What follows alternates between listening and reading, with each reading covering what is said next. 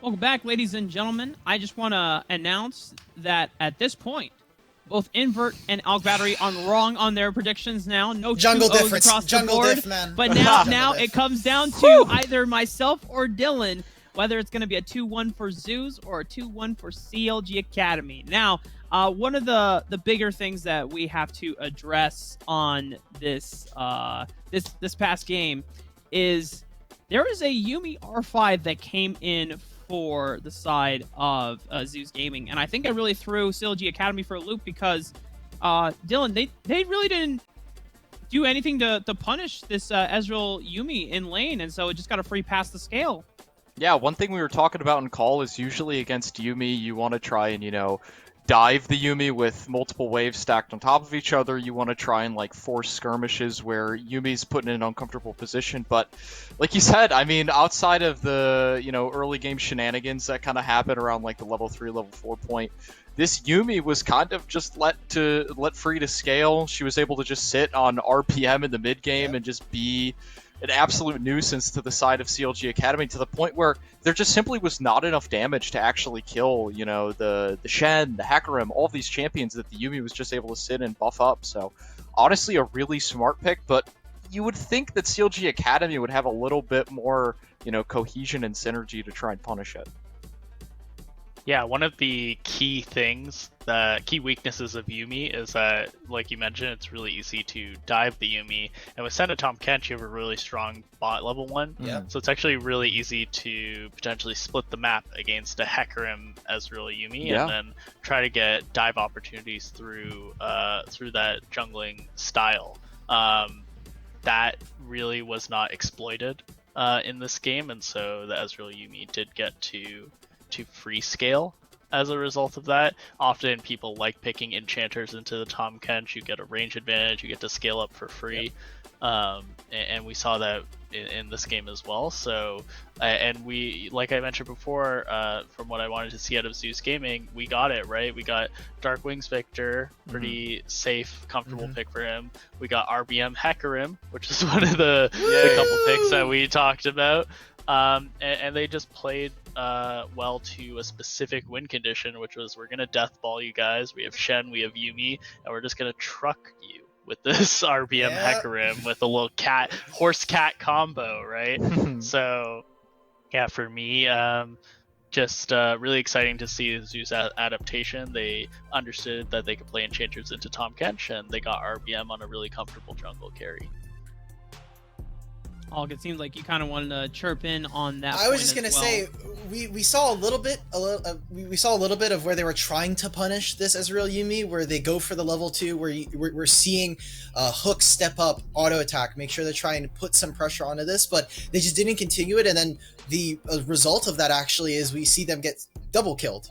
They end up both dying right there. They get a bunch of summoners, and then there's no answer out from them. And what the only answer there actually is that Raheen has a massive wave that's pushing out from him, and that he's like, oh god, I got caught out. And they were able to catch Raheen a couple of times, but this was the entire thing. This was basically the entire game. It was just cute couples. RBM, sadly there's no there's only Pocket Rhino, but apparently comms were going off pretty well. So I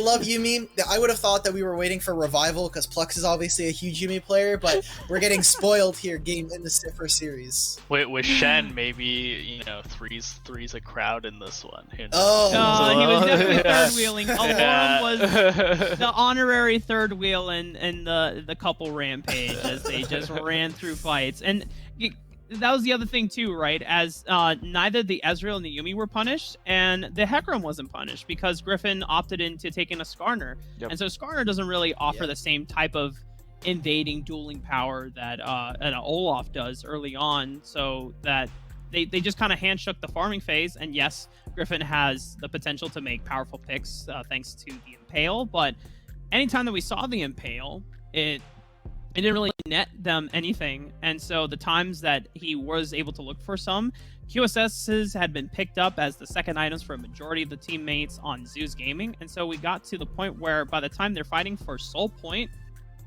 everyone on Zeus Gaming is pretty well ahead and pretty scaled up into the game. So it's just really hard and difficult for CLG Academy to initiate fights cleanly, even with Tien getting multiple teleport flanks off. I mean, who on this roster, when they have a Yuumi to continuously keep them alive, are you gonna successfully kill? And so now, go ahead. I was gonna say, and Skarner into that team comp is so difficult to run in and pull anyone, right? You have the Victor W thrown down, the slows from the passive, Ezreal, Yuumi, of course, like Hecarim. These are all pretty competent. These two champs, Ezreal and Hecarim, are competent QSS builders as well, right? So very easy to pay the tax. Pay the tax man. You never really want to be pulling the Shen into your comp either. You don't have a lot of damage or enough damage to really deal with him, and then. After that, the Yuumi is just one less target as a result of this as well. She's always going to be in someone, so you're never going to get a 2-for-1 pull because the QSS comes down. Actually, there was a fight. There was a fight in the mid lane where they did get a 2-for-1 pull, and it didn't even matter. Like, they pulled the Yuumi, they pulled the target. The Yuumi just gets the ult, and they get a really easy turn off of that. So, just really difficult for Griffin to play that game. In contrast to game number 1, where he's kind of pulling the strings. Now, we don't really have replays from that game just because there's a couple moments that we thought were potentially interesting, but by the time that we kind of concluded how this game came down, it was just like, man, if CLG Academy are willing to just give Zeus Gaming a free pass into the mid-late game, where historically, as Invert pointed out at the top of the day, CLG Academy tend to have difficulties in terms of closing out games, then I don't know. Maybe CLG Academy need to go back to playing more for the early game, putting Griffin back onto the Olaf that allows him to have that early agency, or something else. And I know we've seen Griffin on other picks in the past before, so being able to open himself or RJS up to being able to have more priority in lane to look for picks and roams on the map. I mean, this Azir takeaway from Darkwings. He was fine. He just opted into taking the victor as well, and then it's season 5 all over again here, Dylan. We saw Tien on this Camille. I think he was doing really well for himself, all things considered. But when we see this Senna Tahm Kench, obviously they were playing fasting Senna. They have a Tahm Kench that's really good.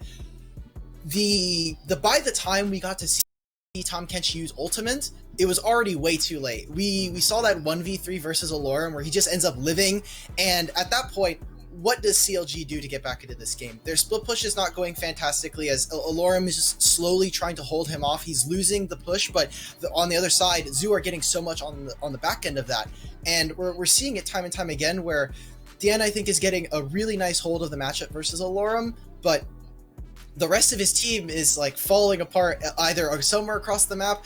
And in this one, I really want to see, if we're going to see Tahm Kench again, we need to see more proactive use of that ultimate. Make sure they're using the cross map, because you have such great access to multiple targets with that Abyssal Voyage. And especially with Senna, it should be very hard for any of your members to die in side lanes.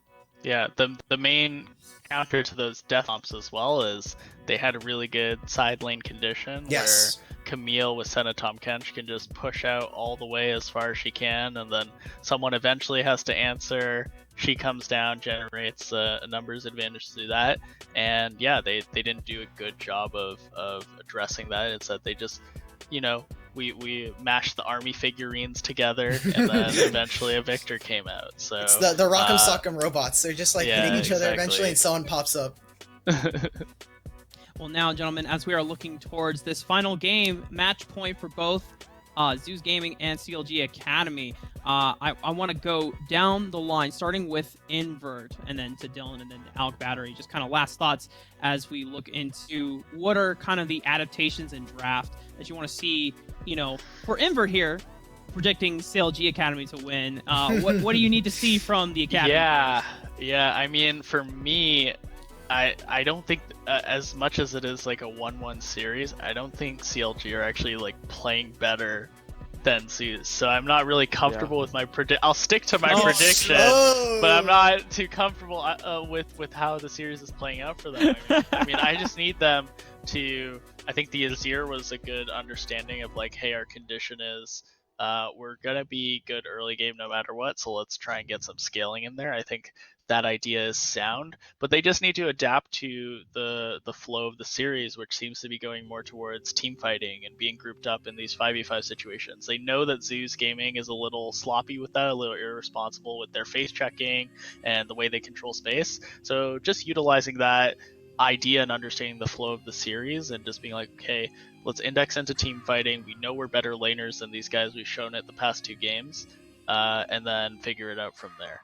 But I just think they need to understand what the series meta is right now. You know, it's a little different from the meta you may be expecting overall, and just adapt to that and play more team fighting.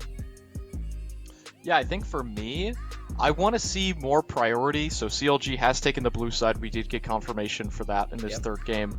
I want to see them put priority on maybe punishing RBM's champion pool a little bit, right? We saw that his Lee Sin in the first game did not look very good at all, but as soon as he was back on the comfort, back on Hecarim, he actually had a fantastic game. CLG as blue side, you could first pick that, right? That is an option, and especially when you're on blue side, you have more flexibility with what your bans can be. So I'd like to see them play a little bit more with that and just kind of like refine some of their picks, because as you said, Invert, I do think them indexing more towards team fighting and scaling is good, but it feels like they just didn't really have a ton of playmaking tools with their last composition, and it felt hard, especially with CLG Academy, right? It's hard for them to find ways to play out games that aren't very like linear and like in your face and obvious. And I want to see them just go back to what's simple, you know, something like Hecarim Orianna, you know, something that is just, you know, bread and butter, easy to pull off. They can do it without a lot of, you know, coordination. I'm going to piggyback off of that. I think that we saw even just reflected in the draft coming into game 2, there was a lot less priority with taking away RBM's champion pool. Just a simple Udyr ban kind of thrown his way as like pittance, like, here you go, we're going to take that away from you. But in game 1, there's a huge focus on that. And I want to see how CLG kind of takes that away and tries to strip away any kind of agency that RBM might want. We're going to have to find out what CLG Academy are able to do in their adaptation, but as we get ready for game 3, we will throw it to a quick break just to make sure our casters TJ and Iberia are ready to take us to a game 3, but don't turn off that browser, folks. We'll be right back.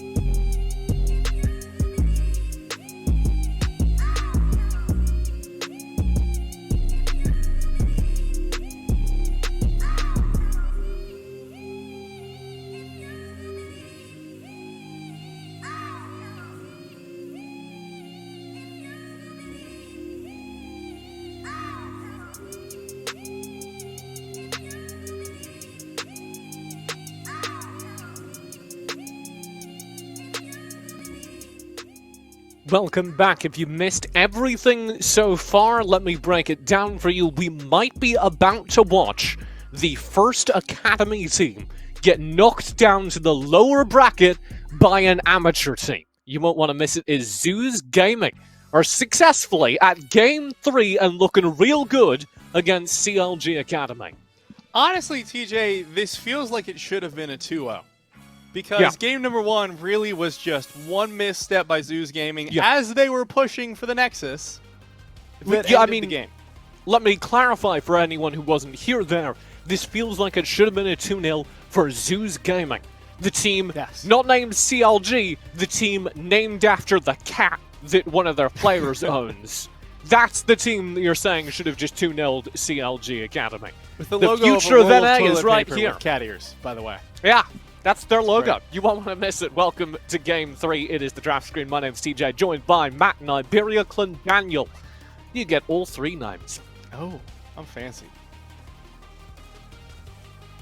Okay, I can see this locked in. I think RJS did fine on it last game, but I wasn't. I wasn't particularly impressed, though. on the other hand. Well, I also think it's very important they've decided to take it away from Darkwings, who loves to play these scaling carries.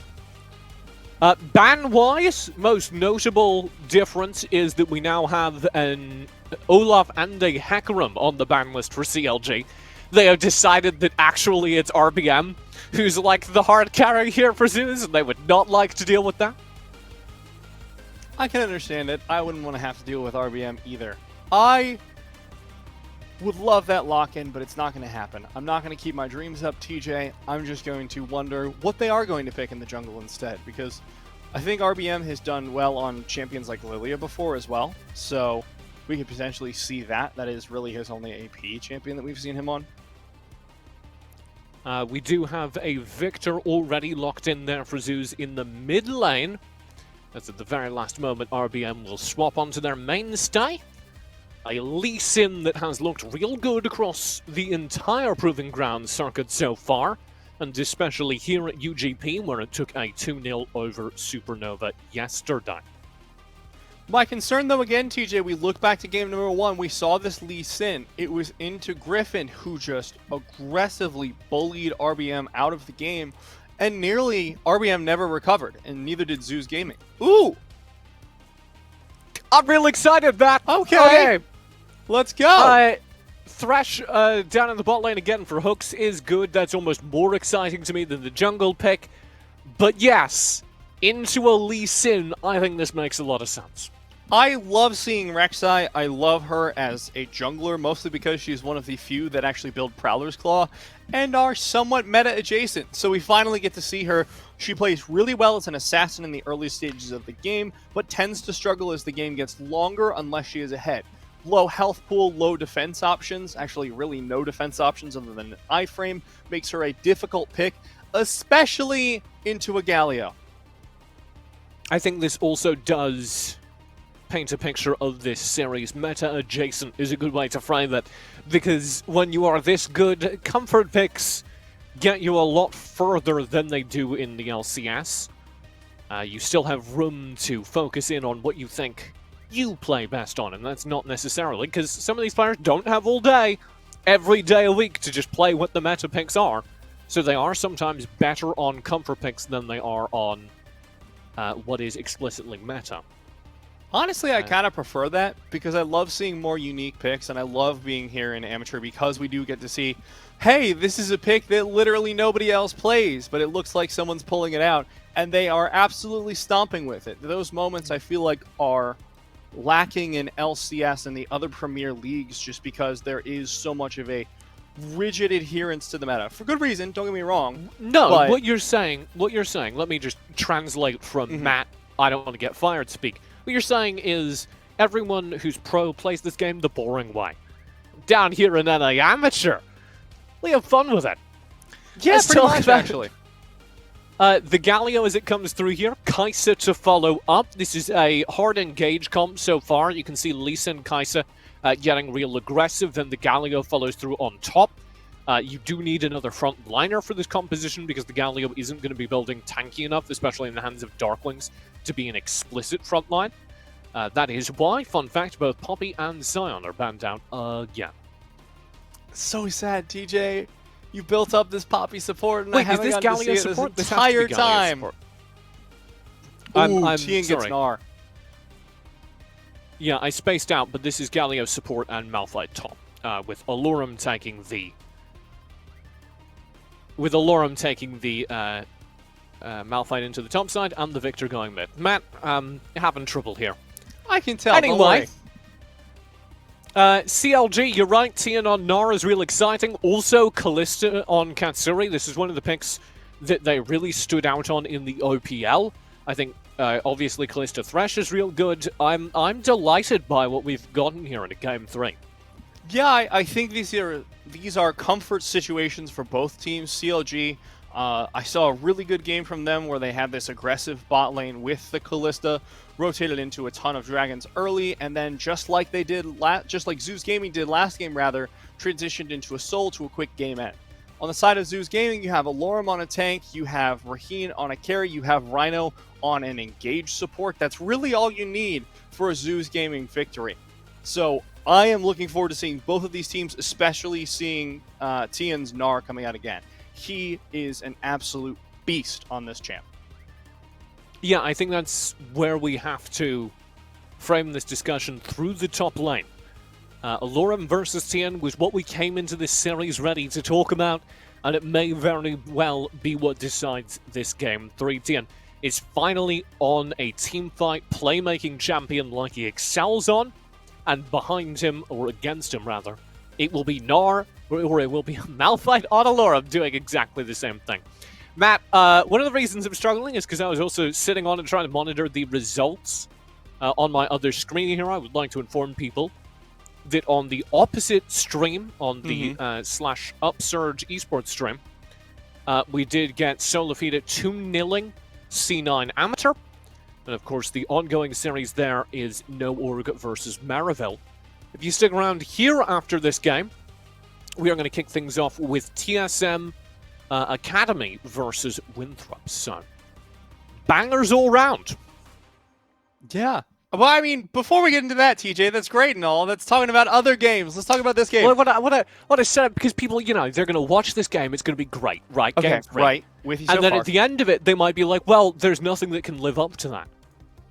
And I want you to know, we've got Kangas and Coco on after this casting, and they're going to be casting TSM Academy versus Winthrop. You're going to have a great time. First, though, you are right. Game 3, it all comes down to the top lanes. We've got spicy bottom lanes as well, with the Callista taking to the Rift. It could not be better. The OPL special for CLG Academy. Let's get into it, TJ. Let's go. Game number 3. This one's for all the marbles. CLG Academy are on the verge of getting knocked down to the losers bracket by Zeus Gaming, an amateur team through and through. Well, I mean, apart from the LCS analyst. I mean, yeah. Through and and mostly in through. the amateur circuit, not the academy circuit. Sure. Yeah, 100%. But, you know, he is on the LCS stream every week. You mentioned that. I am Stealing aware now. people's souls. With his banjo, which is sick. Really? Yeah, he plays banjo. It's really cool. Because a lot of people, You- like myself included, are boring and they're like, I play guitar. But Alorum's like, yeah, I play banjo. The sign of a Loser. man who knows his way around a chicken coop. I don't know, I was reaching there. I feel like a banjo means you're cool and you know how to work with farm animals. Those are my thoughts on banjos. Don't You stay almost tuned got it for together those. in one sentence. Yeah. Nothing too exciting happens, despite Zoo's best efforts during the level 1. They send all 5 to the bottom lane, trying to catch out anyone early, but CLG don't send anyone down bot lane, nor do they handshake into the bottom lane, which did happen in a couple of the amateur VODs we were reviewing this season. Already we Oh. see a huge engage on the hooks. One more. Ignite is down. He's low. Flash auto is all they need, but they aren't able to find it. The level 1s from Galio are real scary. But both flashes were burned there for Zeus. Only one in response. Hooks burns his flash, but he'll be fine without it. So overall, good level 1 for Zeus. They forced the flash. They will be able to shove this wave unimpeded whilst he's resetting. But they do not actually gain a massive advantage in that lane. TJ, I'm just so excited because CLG Academy may lose to someone whose name is Really Big Meme. And that would indeed be a really big meme. He was playing on that account yesterday. We weren't on tournament round. he was when he was beating Supernova, he was going in as Really Big Meme, which is, a fun fact, what RBM stands for, if you're not following this conversation. Yeah, I guess I should have started with that. It would have been better for the info. Really Big Meme. It's like Big Friendly John. Here's the mid line. RJS Rhino in looking trouble. For the taunt here onto RJS. RJS finding the way out. There's the Oh, taunt he's to dead. follow it up. RBM Flash. will not find the Sonic Wave. Flash comes out. RJS is down. Dark Wings picking up first blood. Real good timing there for Zeus. They get aggressive on their macro, which has time and time again been what defines their play here in the Proving Grounds. So this was really well executed by the side of Zeus. They had Rhino roam up early. Look at that, RBM from the flank as well, ensuring that RJS basically has no way out. Of course, that being said, if there was a second left, RJS would have made it out. Raheen now is just 100% dead though. Oh, TP's in, don't call it too soon. Flay will burn Raheen down. He is in fact gone. Hooks! There is vengeance. Hooks is down, slow as well. Galio for the engage. Rhino on the front lines, needs the taunt. Katsuri, sitting on the flash, will burn it, get away successfully. This is really good for Zeus Gaming. I love when Dark Wings gets ahead. He's a fantastic player with a lead, and this will enable their team fighting even further. Raheen, really all he needs to do is be there to killer instinct, assassinate people at the end of the fights. He'll get back in lane. I have faith in him. But Dark Wings now out 2-0-0 ahead at the 4-minute mark. Oh, Allura! Sit down! Nasty. That was disgusting! Little known fact, this is why most of us casters don't play professionally, because it would be too easy. We want to let all the kids shine a little bit. That was Well, that's disgusting. just the analysts, TJ. The casters like us are, Yeah, to be fair. a little slow-handed. Alorum, to be clear, that is a joke. Alorum, my god, though. Really good Able to- disclaimer, TJ. Flash in and destroy TN. Both TPs are burned, but gold lead early to Darkwings, gold lead early to Alorum. You could not write a better Christmas list for Zeus. Yeah, this is exactly how they love to play through, and Alorum, a lot of people really underestimate the Malphite damage. But let's take a look at this dive down bot again. Raheen, incredibly low health, but the teleport comes out, and this is where things change around. You know your AD carry's dead, so basically they're going to put out as much damage as possible. Darkwings finds that, Rhino immediately goes forward for the chase. Shoutouts to Katsuri holding on to the flash. Knew he was going to have to spend it once the taunt came through, but if you sit onto the flash, you can't be punished. The taunt can't come through afterwards. Did he just 100-0 him again? Almost! Tien is like 3 HP. Was that ulti? That must have been ulti, because it's been spent, Yeah. yeah. So Alorum ults in on Tien, almost 100-0s him. Tien escapes on 1 HP, but Alorum builds yet more gold in that top side. Yeah, the immediate level 6 all-in. Alorum had better wave management, hit 6 first, goes immediately in for a near kill, and is almost evening up that CS lead, which is really impressive as a melee Malphite into Gnar. Really impressive, unless your name is Alorum, in which case, it's kind of expected. Alright, we do have a let's check this replay out. of it. Okay, so he hits 6. And He now knows he's looking. He's gone from Tien. He's got the freeze, so Tien has to step forward, and that's when you just execute all in. Tien has to burn flash to stay alive. Alorum's like, that's a dub. File that in the books.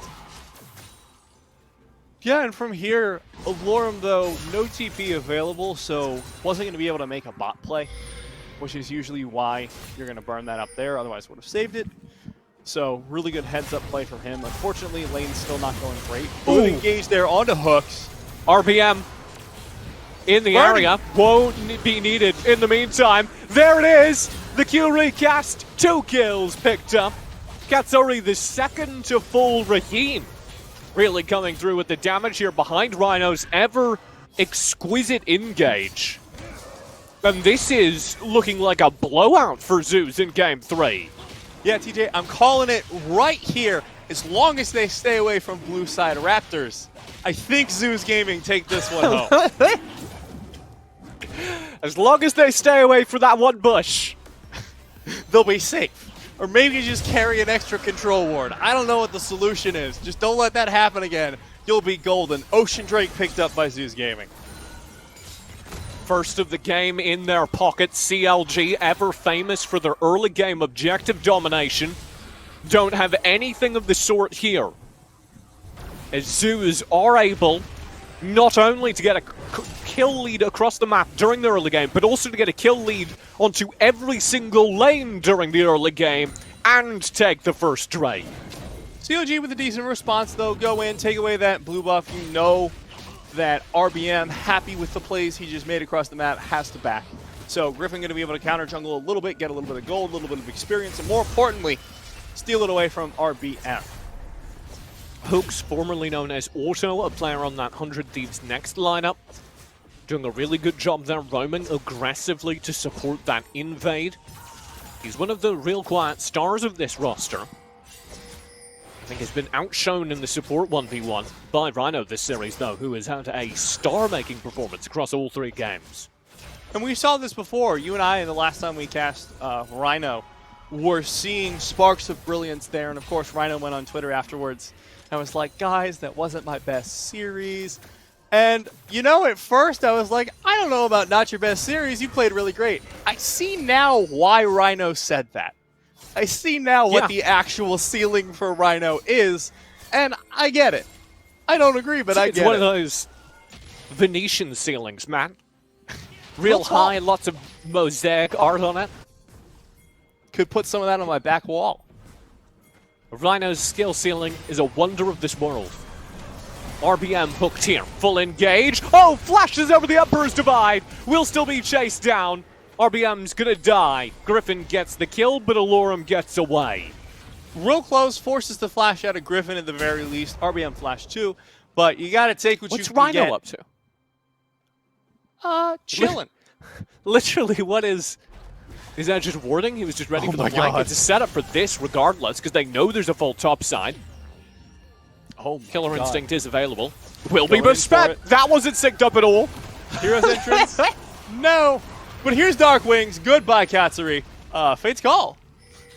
Going somewhere. Couldn't tell you where, TJ, but That was like 3 of the most D6 plays I've seen all tournament, but works out for Zeus. Rhino Somehow engages ahead of Raheen's schedule. Raheen's just like, screw it. Presses the alt button anyway. has to Works press the out. W then alt. This was RBM. RBM with this many resources was always pretty much going to die. You can see Darkwing's getting that call, though. I'm really impressed again by the shot calling here. Over on Zeus, they say, hey, we're not going to win this skirmish up top. Redirect. And Darkwings goes all the way from topside down through the jungle to support that play. Pick up those kills in the bottom lane. And Hooks, though, we were highlighting him earlier, but in that play, we can see once again that it is just ridiculous the amount of playmaking he can have on this Thresh, pulling in his jungler as soon as that engagement opened back up. And then Griffin was able to secure the kill off the back of that. Alorum. Wondering if he can get away with an all-in. That's what's going through his head right now. Gotta wait for the E, otherwise there's no chance. There we go. There it is! Oh, never mind! He's dead! Okay, Alorum, calm down. We only have so much screaming we can do. You're taking away all the screams. I told you. Too much of a sick gamer. You were right. You were right. All right, I'll give you that one. I expected him to have to wait until the hop was blown by Gnar. Instead, Alorum just ults and insta-kills to you. So, It's like Monsters, Inc. The screams power a small civilization. it's not very green, TJ. Then you gotta I would feed all the that's casters. a renewable resource. Monsters, Inc. is a television show about, no, movie about transitioning, I'm sure there's also a TV show, to renewable energy. Children's fear is renewable. Dive in, Taunt will be found. Hooks to back away, Bird very low. Will survive. We'll survive, but barely once again. And important to note that this is a lane that Katsuri and Hooks should have won, by all means. This is very aggressive early game. Kallista's strength comes out in these early laning phases, but Raheen and Rhino, through both running Exhaust and Hail of Blades, stuck in there, and even came out with an advantage, 20 CS up. Yeah, I would actually put a lot on Rhino's aggressive playmaking. You know, from level 1, Rhino was locking down those plays and keeping CLG constantly on a defensive rotation. They're constantly having to back, to reset, to spend their cooldowns, staying alive, staying on defense. If you played a lot of card games, you're familiar with that, being shoved onto a defensive rotation and just never having your cards, or in this case spells, up in time to play offense. And that really is what Rhino's achieved with this Galio, and it's one of the reasons a lot of people like to play Galio support. One of the few characters where you can do that. Second Drake of the game in Zoo's pocket. We're looking at, if everything's on timer, 23-minute soul this game. Worth pointing out, because I think Zoos can hold on to their lead until then. They do want to scale up a little bit more than CLG, because Katsuri is going to fall off as soon as you hit like 2-3 items. Callista is particularly vulnerable as an AD carry because she is short-ranged and will get assassinated in the later stages of the game, frankly. So you're kind of sitting on a very late game timer. The later you go, the more that short range bugs you, because you don't have an instant reposition, unlike Raheen. Look at how much that turret just did to Allura. Nothing. Nothing! Didn't even notice. Ooh, The Monsters like Inc. this from comparison was accurate, man. Because Alurum's a monster. He's a kaiju. Look at that skin. I like it. Just having to run away. There's just nothing you can do about this. This is terrifying. And I want to highlight he's going a fairly non-traditional build as well. He's going way more offensive than any other tank Malphite I've seen. He's looking for Zonias at this point. You normally see full tank, you either go Frostfire or Sunfire or Chem tank. It doesn't really matter. You just go one of the Bambi Cinder items. He's doing that.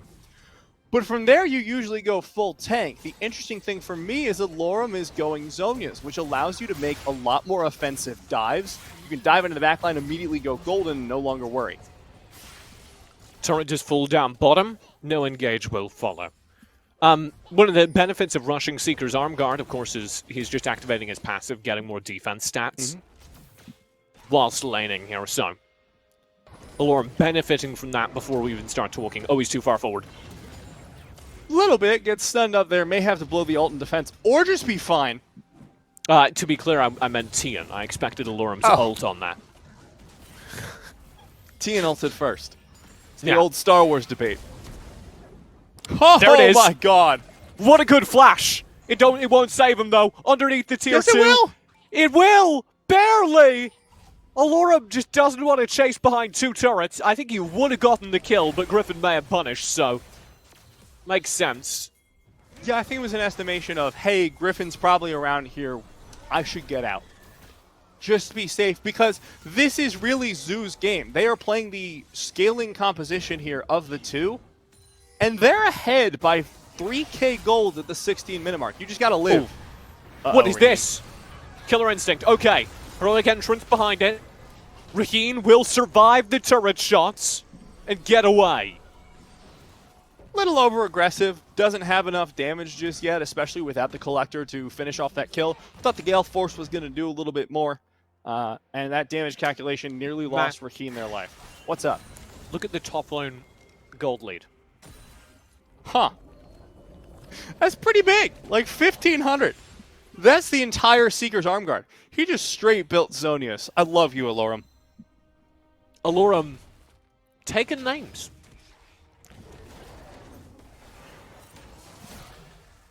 I have no further thoughts, Matt. That's my analysis of this series. Yeah, he's just writing them down. Not doing anything with them, but he just likes to remember the people he's conquered. Just walking up, would you sign my notebook? Rhino coming in on the flank. I want to remember you when you're gone. Stay away. Yeah, it's dark, Matt. Well, yeah, I mean, he's killing them. I feel like the game's already inherently pretty dark. Well, I don't like it to... Look, it scares advertisers, so we don't use that word. Okay, you're right. Defeats them. Takes them down. They fall. Very good. Dark Wings in the mid lane is also having a fantastic time this game. He's 3-0. A real scary. He, of course, hasn't been playing in the mid lane for a while, ceding that position to Raheen, who's continued to lane bully, whilst Dark Wings takes up post down in the bottom lane. Quite rightly, though, backing away right now. CLG dedicates 3 players currently to trying to find a kill. They won't, if you're curious. Oh no, clear out the minions. I love that. I love that. Just as the minions went by. They do get it, but very funny. Shouldn't get 2 charges out of it as well, so certainly not a loss. Love that zoning taunt there from Rhino. Oh, it doesn't work! RJS. Sneaks the soldier in behind to get it. Very good. Oh, Darkwing's flashes behind. Griffin's almost dead. One more hit would do it, but not going to be found. Katsuri finds a way out as well. But Drake is up. Darkwing's read him like a book. Still wasn't able to find the kills despite outstanding play. Can they interrupt this back? Yes. Griffin, can you get an execute? No. Katsuri can, though. This is just a free Drake. This is fine. This is Mountain Drake. Sole point for Zeus Gaming. Hooks is here. Lantern will go in. It's not enough to save RJS. That death sentence might be Hooks earning his pay grade, but it won't work out. Has to flash over the wall, try to stay alive himself. It is a single Thresh, all alone in the world. Well, yes, the Drake is taken on the opposite side of the map. Oh, he's taunted. Oh, Rhino's so good. Look at that taunt. No way the Blast Plant will save you there. Rhino is there on the chase. Hook's in trouble. Trying to give the kill to Darkwings. There. He's so damn menacing, man. And that skin, he's just walking up to him. What are you going to do? Buy my chicken. Zeus, selling something here. Maybe selling the future of NA talent.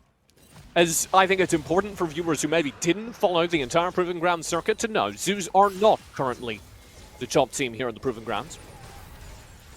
They are... Making a good argument, though. Yeah, they are good. They have been near the top of many of our rosters. But they have not been in finals this season. And yet, they're still able to look this good against an academy team. Watch for these players in the upcoming seasons. Yeah. This is just the merry chase into the base there. Of course, Katsuri finds the execute. Look at Hooks here. Hooks does so much. So he gets taunted, that's not great. But then Lantern in for the shielding, lands the hook onto Rhino to slow things down. If the Ignite doesn't tick, he honestly might have gotten away, at least till Raheen came in. Flash over the wall was really good too. I mean, that was... Flash was sick. In almost any world that saves you, but unfortunately you're still stuck over the Baron wall. There's no way out. The entire team's chasing you down, so... Rhino just walking alongside him the entire time. Bet you wish I wasn't here, says Rhino. Yeah. Taunt will land. Raheen for the engage. This is 2v3, now 2v4s. The TPs come in. They'll need to call in allies. Zeus have 4 players. Now, kick away. Engage behind. Allura Ball in. Hook's in trouble. The 3-man taunt from Rhino. Rasheen goes in. Tries to find a little bit of damage with the Acathian Rain. Hooks is the first one to fall in this fight. Tien will be dove by RBM. Here comes the hero's entrance. The knock-up and the kill. Raheen chasing down. Finds RJS from RBM. And Griffin and Katsuri, the only ones remaining on CLG, find a return kill, but nothing else. Rhino digs a little too deep, diving behind the turret, but it's okay, because it finds a very important trade. RJS down. You take those. 1-for-1, support for mid laner. Zeus will hit the back button, reset. Probably not going to be able to rush the Baron during this time, but they do build that ever-increasing gold lead a little bit more, staying ahead of CLG's late game hopes with this Azir. There's no way they do this, right? TP. They're going to do the Baron. Get On spotted. both sides. Okay. Second TP scares away CLG. The fastest Baron attempt in the Western world. That's not true. We had the one the other day where he just like ordered it and then walked away. Oh yeah. Paint's call there to keep Hooks alive was real clean. And then the Lantern, sorry, not the kick as I initially called it. We'll keep everyone safe. And Rhino just hits a truly disgusting taunt there, forcing the Emperor's Divide defensive. And this is what I was talking about cooldowns being spent defensively. CLG have decent team-fighting ultimates, but they're never able to spend them to get kills. It's always just trying to cancel out what Rhino in particular is doing. Yeah, Rhino is playing a hell of a series right now. And of course, you get caught on the tower, you're going to die. You get the autos there. Lorem wasn't there quite in time. Like 2 more move speed, he would have been there to take the turret aggro. But unfortunately for Rhino, will fall at the end of that. But has the chem tank built. Terrifying. Allura just playing real well as well. I needed to find an alternate word for that sentence. Playing real well as well went back to the well of well one too many times. That hurts, so I'm going to ignore that sentence. I keep wanting to call Turbo Chem Tank Hextech Chem Tank, but that's That just would be a like better two name. nonsense magic technical words. Yeah. I'm all for you being able to name items, Matt. I think League of Legends would be a more powerful game for it. Well, it's More also the confusing one. Chemtech Putrifier, I found out it was. I like that one, though. I thought it was Purifier, though, because I apparently can't read. So did I, and I know I can't read, but being dyslexic does that to you. But Yeah, I mean, the that's more Putrifi- forgivable. Putrifier is just such a fun word. It is. I don't know. Drake is going to come up in 30 seconds. That's what we're zoning for here. It would be Zeus's second Soul into games. That is, at the bottom of your screen, a photo of the Arctic ice sheet, if you ever wondered what it looks like on the underneath event. 90% of the ice is actually submerged. It's actually a city run by Zeus Gaming, just upside down. Okay. You look at the skyline on the right? Sure. Yeah, it kind of looked like a city. What is this? RPM just zoning Tian behind the turret. Might have actually stepped too far forward, because now he's not here for this Drake. We'll see if they can do anything about it. Rushed here by Griffin. Secured by Griffin. CLG get the Drake. Fate's cool. Will get hooks out alive. Allure him over the wall. And it looks like Alorum's going to be able to find a little bit. Griffin falls in the backside to Darkwings. RJS goes down. Raheen goes golden, saves his life for the time being. Katsuri will find the return, but that is nearly the full ace there for Zeus Gaming. Triple kill for Alorum. And that means it's Baron time, baby. Sure, they don't get the soul, but they will pick up the Baron in a moment, I believe. Try and turn that into a game end. I say I believe because RBM has been very concerned with CS single this time. It is what just cost them a Drake, and they do not intend to head for the Baron. We saw this last game too, right? This was what denied them the earlier victory. They had to push it to like the 34-minute mark, whereas they could have gone further. This is the initial pick where RBM tries to do anything, but you look, and everyone's circled around this dragon. There's just no way that Zeus Gaming can test this. This is the second game in a row where this has happened. So I think if Zeus want to level up their game, you focus around that dragon a little bit more, especially when it's Soul. It's not worth it to take care of Tien, which was the problem both games, I'll remind you. Yeah, Tien's Camille last game baiting RBM round the back of a fight, and Tien here manages to again draw the ire. Like, the fight itself is so inconsequential because of what led up to it. Really, it was just mispositioning, use of resources from Zeus. It leads to CLG. Still, of course, down 6,000. I don't want to paint it like that was a massive mistake. But still in this game. Oh, Alorum with That's the what you Zonyas. built Very Zonyas clean.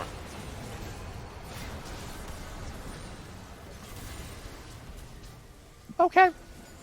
Cute little disengage there. I was worried it was going to turn into something for the next, like, 20 seconds. Just waiting with bated breath.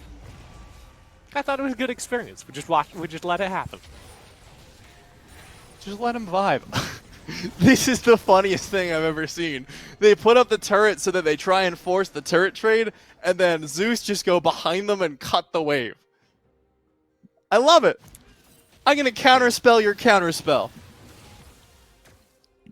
Okay. Baron will be started. It gets baited. Zeus leave it real quick. CLG in from the mid lane are aware of this, should be aware that the Baron has been stopped. Will back away as a result. They have a split push all this time.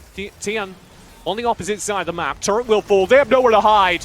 There's the TP in, but it won't be fast enough. Hero's entrance goes down into the backline onto Katsuri. That would be the end of the fight. There it is. Zeus Gaming find it. The TP from Tien is inconsequential as Raheen comes into the backline to clean up the fight, to clean up CLG Academy. They find a full ace and turn for the Baron.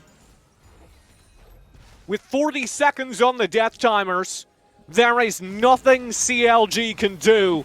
And I think we're witnessing it, Matt, for the very first time in the history of Proving Grounds, admittedly a short one. Zeus Gaming, an amateur team, at their first swing at the bat, will take CLG Academy down to the lower bracket. 7K gold in the back in this one. This was smart from Zeus Gaming, realizing that TN at the very least was not Mega Gnar, so a TP would be pretty inconsequential. Look for the engage, the hook kind of forces it faster than they wanted, but Katsuri is isolated in the backline. That's what ends the fight, because it doesn't matter where the rest of your team is if you don't have any DPS out in the back. TN tries their best, but it won't be enough as RJS, despite a beautiful Emperor's Divide, just gets run down by Darklings as the last one standing.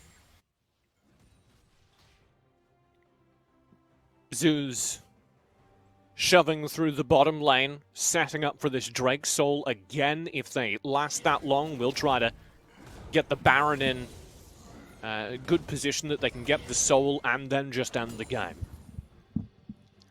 And this is kind of what I was talking about. You look at Griffin in that fight and you wonder what the hell is going on there. Nothing. Rek'Sai really scales poorly into late game team fights. You can try and find assassinations. You can try and be a defensive CC bot, but you really don't thrive in those situations. And that's what we're seeing happen to Griffin here. It's not bad play. It's just that the champion has sort of outlived its usefulness. Here's the pressure. Turrets to fall again. We're going to lose 2 inhibitors. Zeus going for the game end. Going to drop CLG Academy in a best-of-3 series that coming into Game 3 did not even look close. Lorum has to burn the Zonias. 1 Nexus tower down. Baron coming in with 2 waves. And it looks like Zeus will actually back off for that soul. Anticlimactic. Little bit, but they back off. They get the soul this time. Paying attention to that. Sure, but like... Look, I'll take it. Compared to last Dragon fight, the fact that they're here, I will take it. If this is the lesson they have learned, I think this benefits them more. The other lesson they have learned is to dot their I's and cross their T's. Yeah. After game number 1 of the series, which looked similarly doomed for CLG, and then Zeus just handed them a perfect team fight. They're taking their time. I have a question for production. I know you can find this on their Twitter account. If we could get a photo of Zeus the cat, I think it is Zeus the cat, at some point during the analyst desk at the end of this series, I think that would just be a really good capstone. Provided they win it. If they lose it, then obviously... I was going to say, TJ, you're skipping ahead a little bit. There's still a blue side Raptors bush. That's my analyst desk requirement. I want to see Zeus the cat. Okay, I got the go ahead. We have confirmation. Stay tuned, chat. We're gonna see Zeus the cat. Thank you. Namesake, inspiration, in-game leader for Zeus Gaming, as they once more march forth to the CLG Academy core. Looking for a little bit of damage there onto Tien, find him down to 3/4 health. Hooks finds a beautiful engage there onto Rhino, who's knocked down to half, forces the flash out. This should end the push as Alorum is forced to the side of the fight. Finds his way out through the mid lane. Zoned away. And this Baron buff is ending soon. Zeus may not be able to close this as cleanly as we had thought. Yeah, Baron buff over now. CLG still lurking successfully, and, you know, everything else aside, RJS will still do damage in these late game fights if he's allowed to. They're stalled out a little bit here, though. Without having the Baron buff, it is a lot harder to push. Their bottom wave is not quite here yet, so they really just need to play the wave control game, get all 3 waves pushing simultaneously. Instead, the engage. Heroic entrance to follow up, not needed. Alorum finds the kill. RJS, the damage dealer, gone. RBF, huge kick. Katsuki already dead. Killer instinct over the wall. Rahid will confirm it. Hook slows things down, but not for long. Zeus find the kills. This will be it, Matt. They have done it. The amateur team out of the scouting ground circuit has come back into the proving grounds and dropped CLG Academy. Zeus Gaming showing up in their first series against an Academy team and knocking them down. Very nearly a 2-0, instead a 2-1, a beautiful series from the amateur team. You could not hope for a better start to our proving grounds circuit, the UGP. Kicking off already with some sparks. I am loving it, man. Yeah, this is so much better than I expected. Honestly, I was looking at the CLG matches, and I was a little bit worried that it wouldn't match up well for Zeus Gaming. They play a lot through Tien in the top lane. I was thinking maybe that'd be a good matchup for Allura. I will call myself out on this. Prior to this game, Alk said, "Oh, I think Zeus might win this." And I said to him with a straight face, "You're crazy. That's insane." I made fun of him for it, and Zeus proceeded to not even make it look hard. CLG just got dismantled across 3 games. The only game when they got was off of a perfect team fight.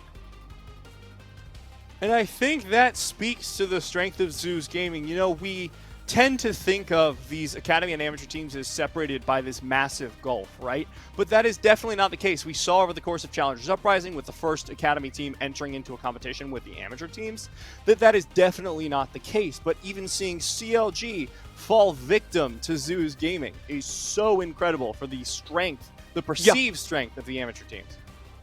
There's the cat. Zeus the cat. There's in the toilet. You know, there's a nicer photo of Zeus. Can we fly that one, maybe? Because that, I mean, he's in a toilet there. It's got a filter on top. No, you can't tell. You can't tell, TJ, because that's CLG under the water. Zeus is just making sure the job is done, you know? We will not be back tomorrow. Max has just gotten us fired. There are still more games here today. We are, of course, going to broadcast TSM Academy versus Winthrop in a moment here. Kangas and Kogo will be taking the call, so we're leaving you in comfortable hands. You won't want to miss it. More Academy versus Amateur action still to come here on the UGP. First, though, an analyst desk. First, though, a setup for this next game. Thank you so much for watching. We'll be back with more games after this.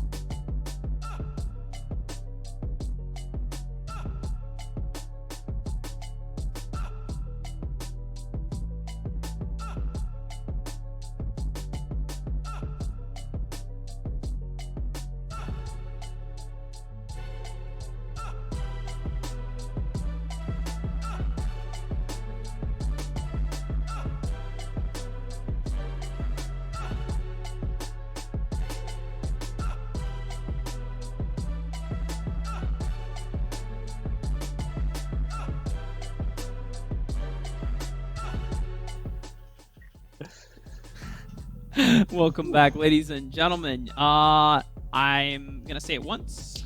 I was right. Come on, man. All right, we'll let you have it. This side of the desk. This side of the desk was right. We can get rid of the guest analysts. Yeah. They got it wrong. Yeah, bye everyone.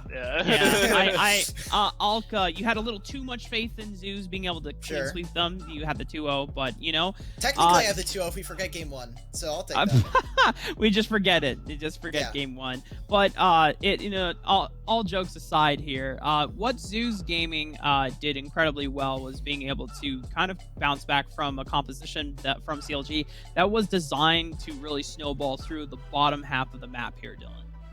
Yeah, I mean, when you're picking a lane like Kalista Thresh, that just signals right off the bat that you're playing for lane dominance, right? You're playing to win that 2v2, you're playing to snowball the Kalista lane, her early pressure, because Kalista's not one of those 80 carries that you're picking for, like, late-game teamfight damage, right? It's not anything like an Aphelios, it's nothing like, you know, even like an Ezreal or something like that. No, Kalista is, I want to dominate the lane phase, and when you are looking to dominate the lane phase, usually you want to try and sync up with your jungler, and as Invert will walk you through soon enough, as soon as they tried to actually, you know, work with Wiggly and try, or Griffin, excuse me, and pull off a play towards the bottom side, as you'll see, it didn't go too well. Yeah, and here it's just about checking the TPs, right? Azir is TP'd mid already, they're stalling for this TP here, and then they don't actually address the core issue, which is they can just get the crash, get the reset, the Azir gets to do all the stuff for free, gets to push in the next wave, and then continue to snowball in this matchup where he has a clear range advantage. Yeah, and what we also didn't get a chance to mention is that RBM and Pocket Rhino had a pretty nice window where they got the jump onto RJS, as Invert pointed out. Because of that first blood, it forced RJS to preemptively teleport back to lane to make sure that he didn't fall too far behind, which made them one less member potentially down to make that dive as clean as it could have been. And they burned 4 summoner spells down on that bottom side. Katsuri lost both of his summoners. Griffin burned his flash, so did Hooks as well. So that puts the entire early game advantage, despite the kill do going over to CLG Academy. Their power and their ability to accelerate that lead kind of goes out the window. And then to add on top of it, as we have the next replay coming in, you have this Gnar blind pick, but they forgot about the Alarm Malphite special. And this, like, if you played an amateur, Malphite angle. That's right. Azir and Callista, these are all champs that Malphite can. Look at the lane too, man. That lane is so beautiful. Yeah. It's interesting because Theon, I think, played lane decently well for the first 2 games, and then this one he had a matchup where Alan was playing a tank into him. Maybe he didn't know the matchup as well, but of course an opportunity like that where you're unable to crash your wave and then you get solo killed and then Malphite gets to potentially freeze, it's not good. It's not good overall. And for the first 2 games he was this tall to ride, and then the third game the ride hit a growth spurt. He tried to go on a larger roller coaster. It just didn't work out. He just wasn't able to put on the harness and strap himself in. That's right. And as our one of our colleagues, Joshi, has pointed out, who is an avid Gnar player, Gnar does have a great tendency into a lot of tank matchups. Malphite is not one of them, because at some point, if you don't push the Malphite out early on, he is able to just walk up with Q, slow you down, and then as soon as you burn Hop, he can just continuously zone you off the wave, because he'll be able to just walk up and down smash, and that clap, it reduces the attack speed as well, so all that kiting power and the percentage damage that we normally get on the Gnar is greatly diminished in those trades. And Alorm, obviously understanding that matchup so completely well that we saw multiple solo kill attempts from Alorm that either resulted in Tien's flash being burned or him dying past his turret as well. And so because of the pressure that has been awarded to Alorm off his solo efforts, and then to bottom lane because of the summoner spells being burned, and then of course for Dark Wings because RJS dying, Dylan, we get a free map for RBM to actually kind of walk around on. Yeah, I mean, this is kind of harkening back to game 2, where RPM is actually looks like kind of an inverse of the first game when we were looking at Griffin's heat map, right? On that Olaf where he was able to just dominate the bottom side, kind of walk in, do whatever you want. Instead, we're seeing RBM have, windows to look to take the dragon. As we can clearly see, he looked to invade the enemy blue buff. All of this kind of forward aggressive positioning that we didn't really see on his first showing of Lee Sin, he was able to pull out in this one because of some botch plays by CLG Academy and some really good play from Zeus.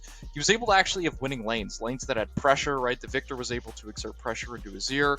Malphite, obviously, as we were seeing, was able to just dominate the Gnar lane after that solo kill. And these are all things that let RPM kind of just have free reign over the map, which is always a fun thing to watch. Oh, it feels good as a jungler to finally have access to all 2 quadrants of your jungle instead of just being forced to sit topside and kind of just wait out the storm. Yeah.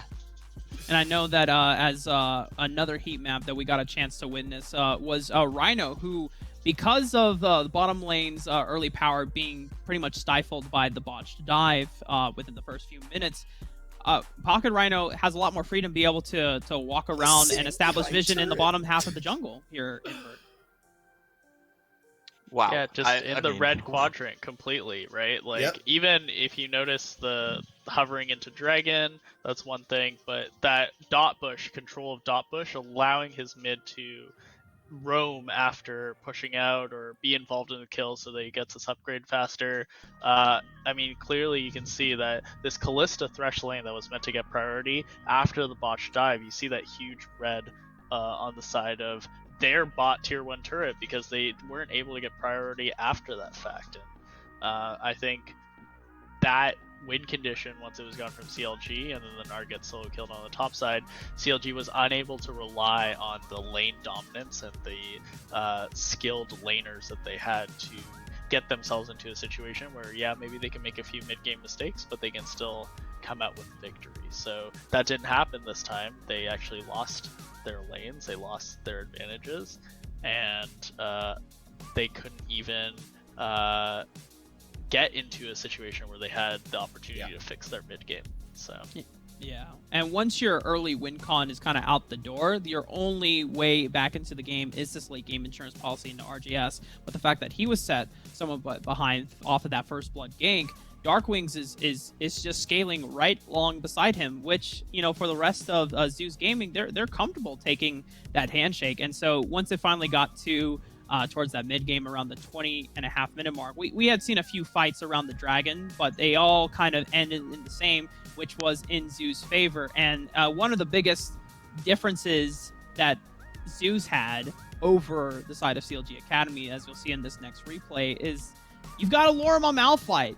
I mean, like, even if it wasn't a Lorem's Malphite, Unstoppable Force is by far one of the best ultimates in the game, guys. Like, you get the freest engage, and you're pairing it with Galio and with Kaisa, making this, like, an insane dive bomb composition here, Dylan. Yeah, I mean, with their composition that Zeus drafted, it feels like a lot of these players just love to go forward, right? We've been talking about Raheen, how he's kind of just like a loose cannon. He loves to go in. Rhino is in much of the same style, where he just loves to go forward. We see him pick like Poppy, like Galio, and this is the absolute perfect comp to draft for that, right? Yes. You have the Malphite who can just go in at any time he wants to. As soon as that ultimate's ready, you have Galio support to follow up RBM, to follow up Alorem, to even follow up Raheen in some of these instances. We're seeing Galio ult on top of him. It's such a beautifully drafted team comp. And like that's the thing that I love about Amateur, is because it's sometimes not the perfect draft that wins the game. It's the perfect draft for the team, for the players, right? It might not be the ideal 5 champions in that scenario, but that's exactly how Zeus plays, and they drafted exactly how they want to play, and they played it perfectly. There's something more about well, once we got to the last dragon fight of the game that pretty much did end it for it was once again the same story, and honestly we're pretty much playing it just so that we can see Lorem ulti again on the Malphite, just because it is kind of one of his, we know that he's known for the Urgot, this kick, all right, you know.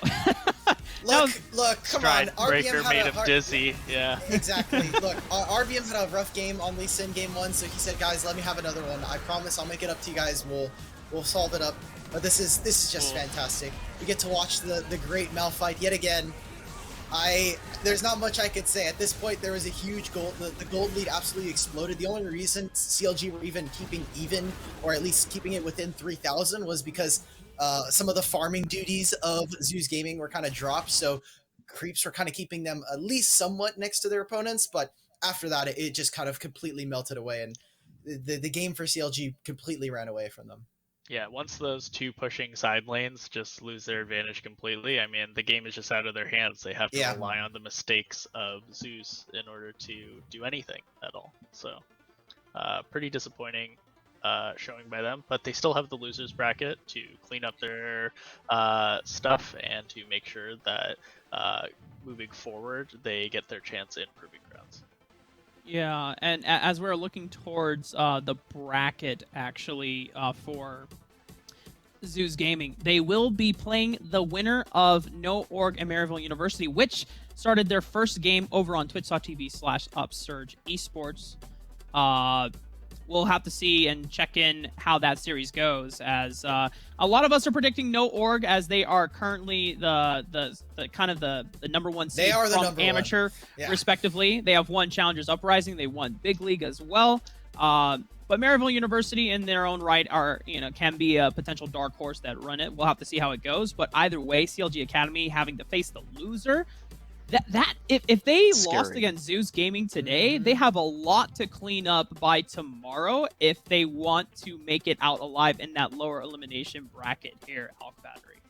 Yeah, it is pretty nuts. Both of those teams are pretty highly touted. We were talking about them earlier. Maryville, cream of the crop when it comes to collegiate, and No Org are expected favorites, expected to go very deep in this tournament and to go very far in Proving Grounds as a whole. So either of those two, I think, are a monster of a task for CLG, who, like we were saying, they seem to lack a little bit of synergy, and these are two teams that have locked it down through playing in tier 2s. And whereas for Zoos, they're going to be facing the winner. A lot of us expect to, it's going to be No Org, which is going to be a rematch of the Risen quarterfinals back in January, which, you know, featuring some different team members as well. As that went all the way too, right? That was a full... Actually, it was only a 3-1. It was 3-1. Oh, it was 3-1. 3-1, Yeah. The Rengar, we got to see Rengar in the last game. It was definitely a fun one to watch. Yeah, but at that time they were. I don't think City Witty had swapped out. I think City Witty was still with it was that. City Witty, for sure. Yeah, so RBM had not been swapped onto that roster quite yet, and also that was when No Org realized afterwards, hey, you know what, we got to get our stuff together here, and that's when they had the power ramp through the remaining tier 2s. But we are getting ready to wind down and wrap it up here. I wanted to give a huge shout out to Invert and Dylan for joining us on the desk today, gentlemen. It was a pleasure to have you. We will see you. Thank you. Yeah, please reach out to them on Twitter. They're doing great stuff, not only, you know, for Dylan in the amateur and the collegiate scene, but also Invert. I mean, this guy's been in LCS for quite some time. Invert_lol, just saying. So, again, thank you, too. We're going to take a quick break as we get ready to swap out for our next guest and getting ready for the series of TSM Academy against Winthrop University. Don't turn off that tab. We'll be right back.